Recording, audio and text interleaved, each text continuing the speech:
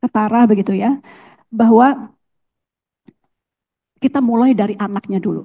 Iya ada dampak-dampak yang lain, tapi kita fokus memulai kepada anak. Apa yang terjadi pada anak-anak Indonesia saat ini? Anak 10 tahun misalnya yang sedang bermain game, digawai orang tuanya, bisa tertawa, bercanda, merasa nyaman, orang tuanya juga tidak merasa ada apa-apa, tapi satu klik saja salah, dia akan terpapar terhadap konten negatif. Kemudian hanya dengan satu pesan, kalau di sosmed kan kadang mengirimkan pesan saja. Anak itu langsung terpapar kepada korban predator digital, bisa terpapar kepada korban predator digital. Hanya dengan satu kepercayaan yang salah, ia bisa menjadi korban eksploitasi di ruang siber. Lebih dari 48% anak mengalami perundungan online yang masuk di internet. Sebagian besar tidak tahu harus melapor kepada siapa. Exposure berlebihan terhadap media sosial. Kemarin kami juga menyampaikan rencana ini bersama Menteri Kesehatan. Beliau juga menyampaikan bahwa ada juga data-data bahwa terganggunya keseimbangan emosional anak dan mengurangi kapasitas mereka dalam membangun regulasi diri dan sebagainya. Kita juga melihat di beberapa negara lain, di Jerman misalnya sudah ada regulasi dalam Youth Protection Act yang mewajibkan platform digital menyediakan pengaturan keamanan khusus untuk anak-anak. Anak di bawah usia 16 tahun perlu izin orang tua sebelum dapat mengakses layanan tertentu di dunia maya. Prancis mewajibkan anak di bawah usia 15 tahun untuk mendapatkan izin orang tua sebelum mendaftar di media sosial. Amerika Serikat memiliki Children Online Privacy Protection Act, di mana pengumpulan data anak di bawah 13 tahun oleh platform digital juga dilarang. Yang terakhir, yang paling terkini, artinya undang-undang itu kan semakin terakhir bisa kita juga nilai semakin maju adalah tentu kita lihat Australia di mana memang langkahnya amat cukup ekstrim, mengambil pendekatan di bawah 16 tahun tidak boleh menggunakan sosial media tanpa izin orang tua. Kami sempat bertemu Pak Menteri dengan menteri yang mengurusi ini dari Australia, kebetulan datang ke kantor kami dan kami tanyakan. Pada prinsipnya pembatasan tersebut keluar menurut mereka karena Australia merasa ada kedaruratan sehingga harus menerapkan peraturan dalam bentuk undang-undang yang membatasi akses media sosial, sekali lagi media sosialnya bukan internet, terhadap anak-anak di bawah usia 16 tahun. Bagaimana Indonesia? Kita ada undang-undang ITE dan ada undang-undang PDP yang menjadi undang-undang yang bisa menjadi turunan untuk membuat aturan-aturan yang kurang lebih menjadi, kita tidak mengikuti Australia, tidak mengikuti Inggris, tidak mengikuti Amerika, kita coba formulasikan sebuah aturan yang khas Indonesia, begitu Pak Ketua.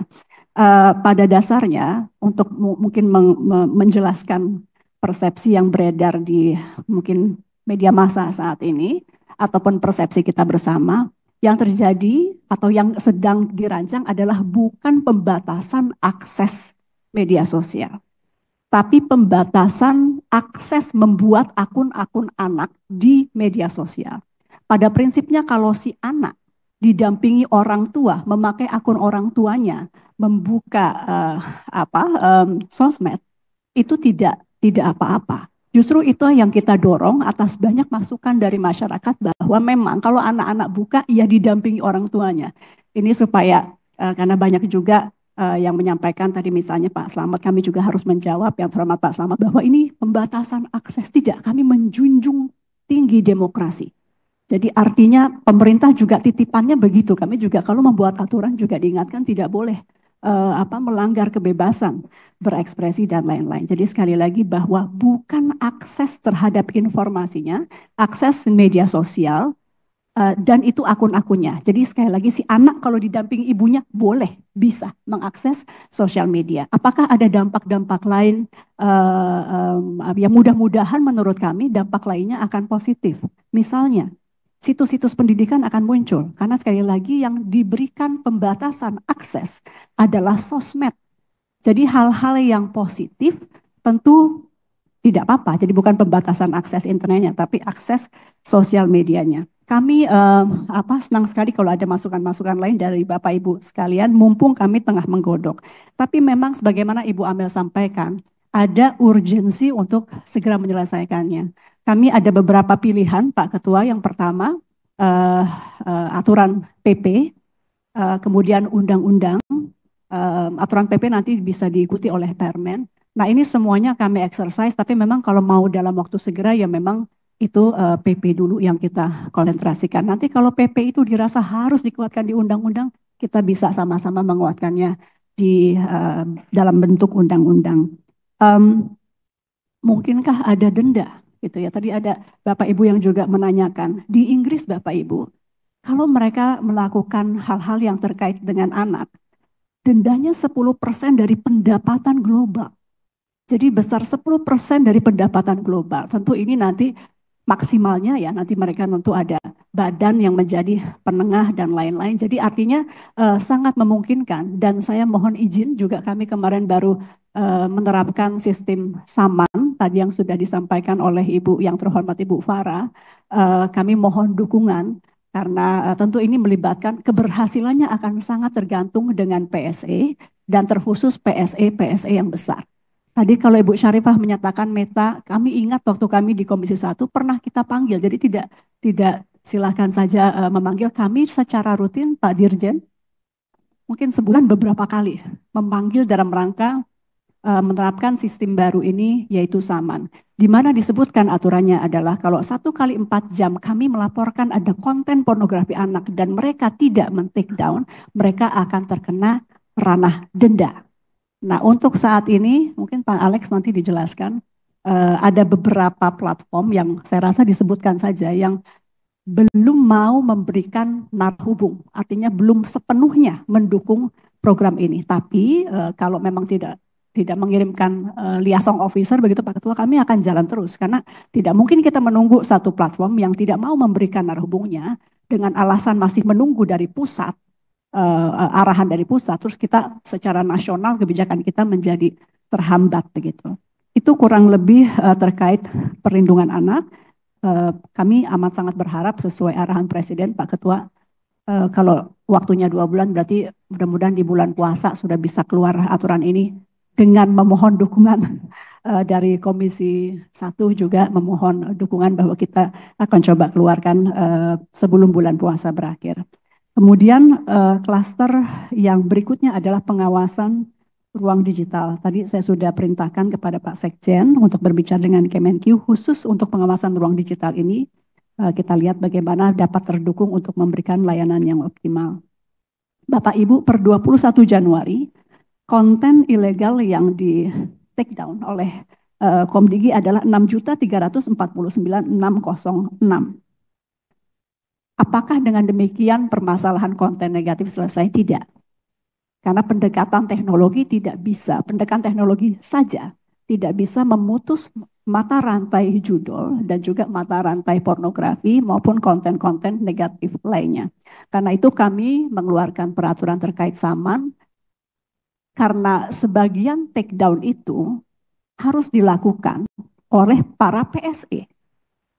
Jadi kalau situs sekarang sudah mulai berkurang, kami banyak mendapat masukan dari masyarakat melalui sosial media kami bahwa ini kenapa masih banyak sekali di, mohon maaf misalnya Meta, misalnya di apalagi yang paling banyak, YouTube dan lain-lain, di X, di Telegram. Itu memang merekanya juga harus mau men-take down. Itulah kenapa kami keluarkan sistem aturan saman yang bisa mengenakan denda kalau mereka tidak mau men-take down. Selama ini yang dilakukan persuasi, Pak. Panggil, kita minta tolong, kita minta mereka take down. Pak Wamen dari dulu udah hafal. Agak tertib sedikit nanti banyak lagi, dipanggil lagi gitu. Tapi ini kan melelahkan, kita punya fokus-fokus prioritas kerja lainnya. Jadi mudah-mudahan dengan saman ini kemarin juga sudah di periksa oleh perwakilan dari Kementerian Keuangan, dendanya juga kita harapkan ya bisa menambah kekuatan PNBP kita. Gitu. Jadi itu Pimpinan, mungkin izin pimpinan. Ibu terkait ini seperti apa yang saya sampaikan tadi, kalau pakai AI gimana Bu? Kira-kira memungkinkan nggak? sudah Mohon pakai. jawaban. Baik. Terima kasih Pak Soleh yang terhormat. Ya, jadi sudah memakai AI Pak. Sudah memakai AI. Kalau Bapak perhatikan kadang-kadang sisipannya itu misalnya mohon maaf menggunakan influencer. Itu AI mungkin tidak sekali langsung bisa mendeteksi bahwa dia sedang berbicara tentang judi atau orang itu kalau pornografi lebih mudah Pak, tapi kalau judi itu selain AI harus ada juga penglihatan-penglihatan yang secara langsung karena cara-cara memunculkan situs-situs judinya bukan situs link-link itu sangat kreatif. Jadi itu yang membuat kita dan sekali lagi kalau itu masuk ke platform besar, kita memang harus bekerja sama dulu dengan platform-platform besarnya. Jadi meskipun AI kita menangkap, kami harus koordinasi juga berkomunikasi dengan platform besar tersebut untuk mereka men-take down.